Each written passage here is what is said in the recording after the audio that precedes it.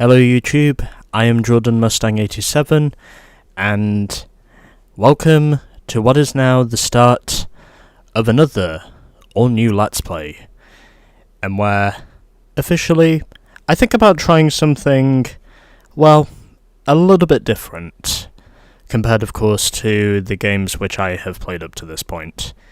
It is still a racing game technically, but it's also a racing game that involves plenty of demolition racing. Or, in other words, if I am technically coining the British term, the American equivalent of what is essentially banger car racing. However, we are doing a demolition-based racing game series, and I've now decided that the game I will do here is officially this, FlatOut. This will also be the fourth and final game that I play, which was released to the world in 2004, and in terms of its overall information, I am getting this information not from Wikipedia. I am getting this off Moby Games, which ironically saved me at the last minute once again from me being forced into using a Wikipedia article to find all the necessary info. But anyway, here it is, FlatOut. Available to play on PC, PlayStation 2, and Xbox, and it also came out in July of 2014 for the Linux software as well. I'd assume that's probably 10 years after its initial release. So this game was developed by Bugbear Entertainment. It is a development company, or was a development company, that was based in Finland, and this game first came out in November of 2004, and believe it or not, there is also a series of release dates on each of the hyperlinks for the release dates of this game. So we here in the UK first got this game on November 5th in 2004, then the French would get it 4 days later, and this game would also be released in America on the PlayStation 2 by July of 2005. And ironically the same can also be said for the Xbox release as well. And in terms of the PC releases, well, there's quite a lot of those, to put it simply. So this game, as I said before, it's available to play on Windows, the PlayStation 2, Xbox, and also Linux. It's also available to play on the Xbox 360 as well, if I'm not mistaken. But anyway, here we go. So, selecting my language, it's of course English, and I am going to go with 50 Hz because that is more or less what connects my PAL region television. I could of course do 60 Hz, or I could test it as well, but I'm not going to do that. And I've also got the in-game audio turned off at the moment because I'd imagine there probably is some copyrighted audio involved in this, and that's why the in-game audio is turned off if you're asking. So just as a heads up, this game does use autosave, and unfortunately there is no way I can turn that off, which is unfortunate, but oh well, I just have to roll with it. And if I press the start button now, I'm not sure if the menu music is copyrighted, but I'm obviously not taking my chances because I have the in-game audio switched off at the moment. So we're going to create a new profile, and in terms of my name, well, I'm probably just going to use the name I always use. And to anyone who wants to know what my first name is, well, I just typed it in. Also, the clue is literally in the name of the channel as well, if you're asking. We can also do accents as well, which is pretty interesting, but I'm not gonna mess about with that shit. And don't really need to put in any numbers. I'd say we're good with that. And we can also select our gender type as well. We've got male, and we've also got female.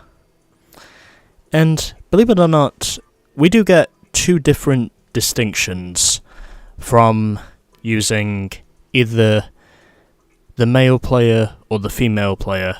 Of course, both of which I should mention are anonymous and have no known names from what I know. And I may have to look a little bit deeper into this, so do bear with me for a moment whilst I go and retrieve some further info about the gender selection. Right, okay. So according to a Steam community article about this game, even though this is mainly for the PC version, it says here, according to a Steam community page, for the male racer, you are part of an opposing racer group than the female player. However, the name of it is unknown. The male player pretty much wants the same thing as the female player: cars and money, as well as prizes won from the competitions. Both start with an empty garage and a measly $4,000 in their bank account. And as for the female player, it says here, you are part of the racing group called Lotus Elise. I wonder where that name came from. And you have the objective of getting cars as money as well as prizes won from the competitions. I haven't officially played as the female character, but I would not be at all surprised if the structure with the female player is the same as the male player.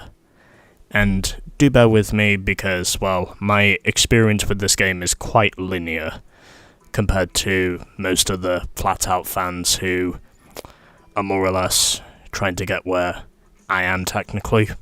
But nonetheless,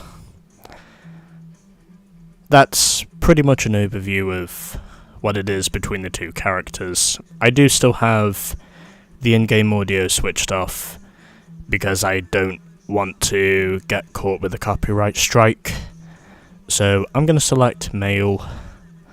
And in terms of handling, I'm going to go with normal because I found out that normal handling is slightly better than professional handling because I have a bit more freedom in controlling the cars I drive with normal handling, so I'm going to go with that.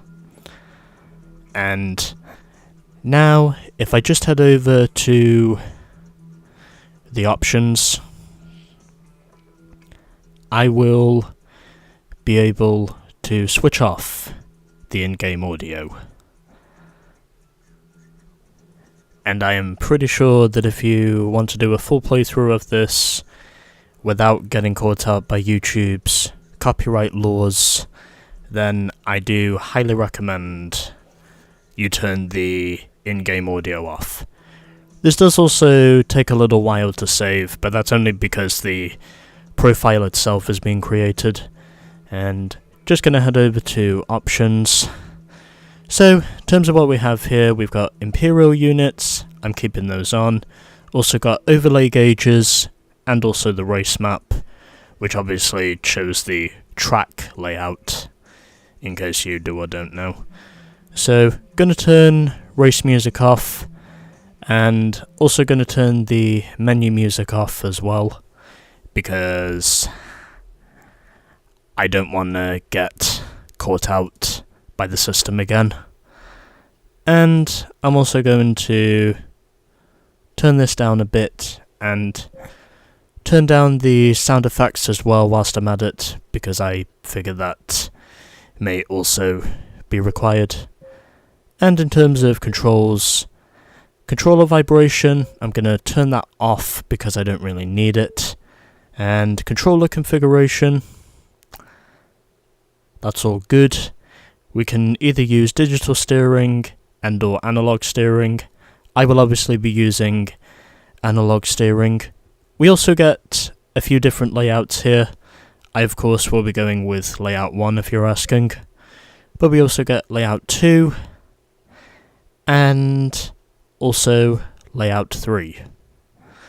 In all honesty, these layouts don't really make much of a difference to me, but in terms of which one I plan on using here, well, I will just stick with the first one in line, layout 1.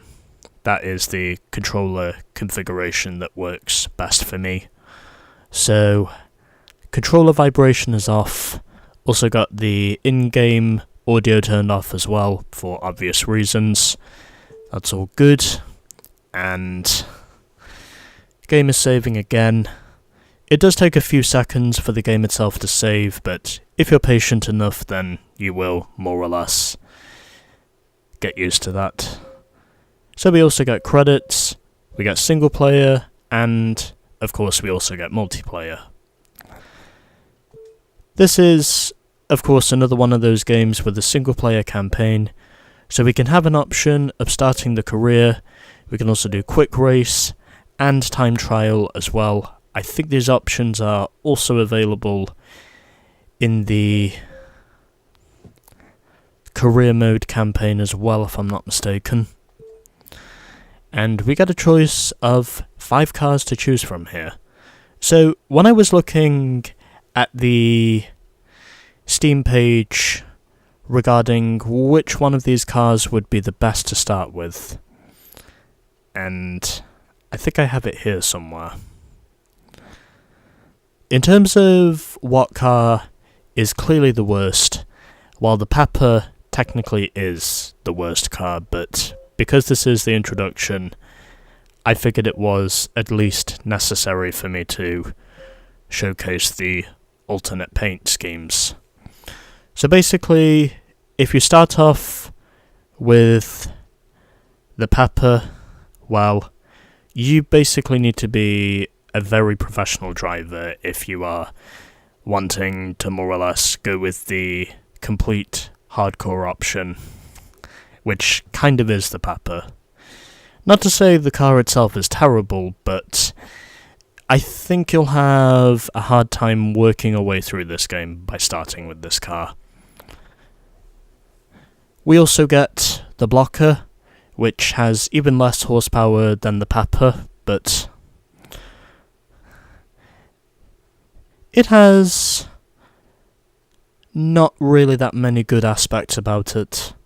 I am reading this off of a Steam community page, if you're asking. But the Blocker technically is the cheapest of the bunch, but you're not really getting much quality if you start with this thing. Even though I do like the liveries. I think the liveries are pretty cool. But nonetheless, it's entirely your choice over which car you want to start with. And in terms of good cars here, well, we get the Grinder, which according to the Steam community page is technically the best car to start with, where everything is pretty much balanced out. And in all honesty, the two things that basically put this car out of balance would basically be the slow brakes and its poor cornering ability. But everything else with the Grinder, it's more or less balanced out. And here is the Blockhead. It is a good handling car, from what I have seen, and apparently it's also better than the Bullet. And it also does have its advantages and disadvantages. Basically, each car has their advantages and disadvantages, if you're asking. And from what I've heard, at least, with the Blockhead, well, you're kind of vulnerable to the AI. If you're more or less trying to not get yourself involved in an accident, then, well, the Blockhead probably isn't the car to choose. However,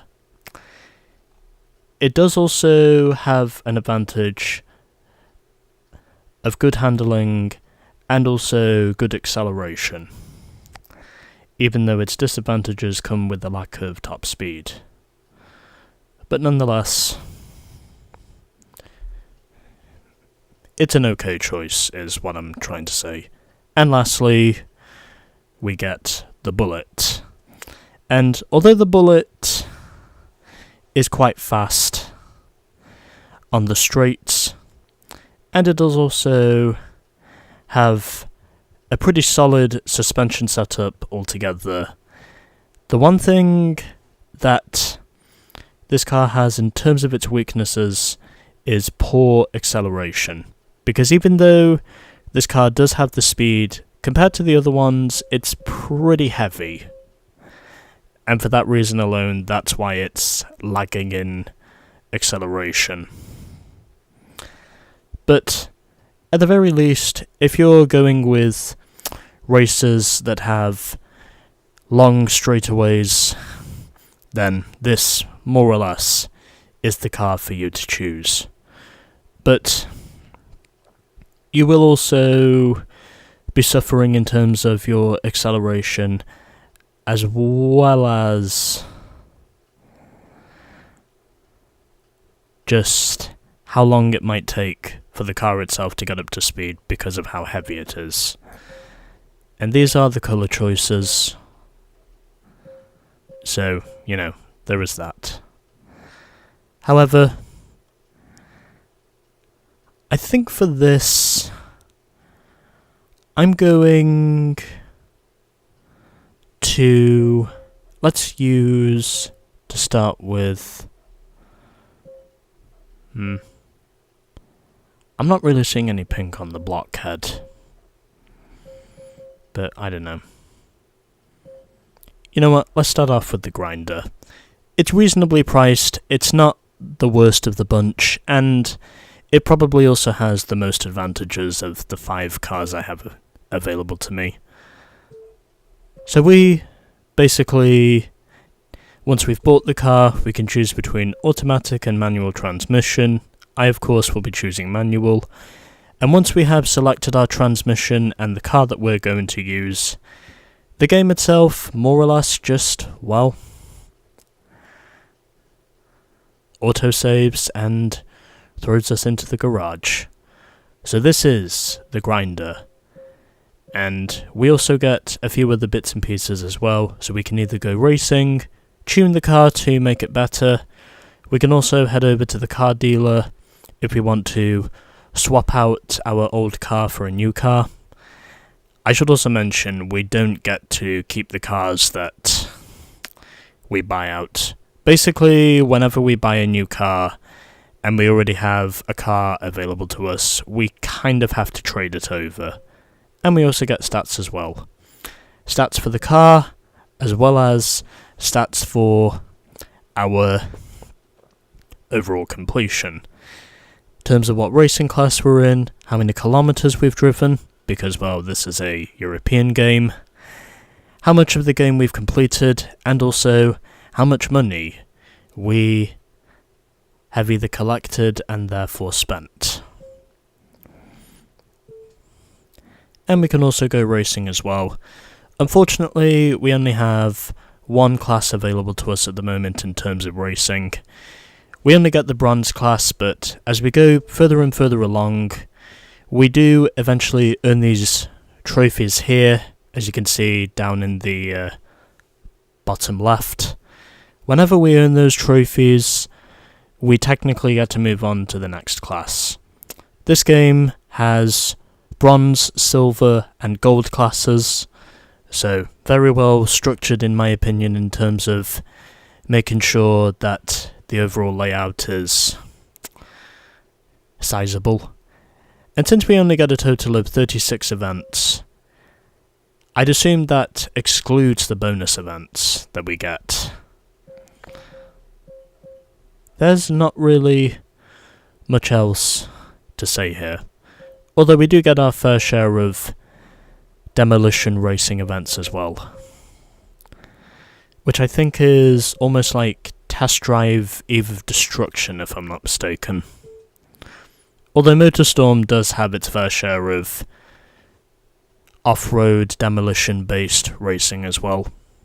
But yeah, so in terms of the racing classes, we get bronze class, silver class, and gold class. I'd assume the events probably increase with the amount of races that we do, and with the bronze class, we start off with just 9 events. But in an effort to try and make this less boring, I will be doing a multitude of races in each episode and see how we go along.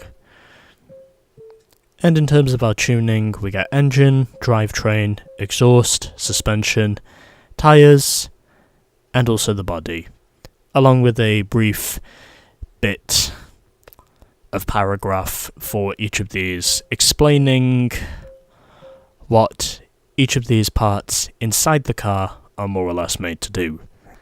And under the circumstances, I hardly understand any of them. So if you're struggling to understand each of them, because, well, obviously since I'm not a mechanic, I hardly know any of this information in terms of tuning.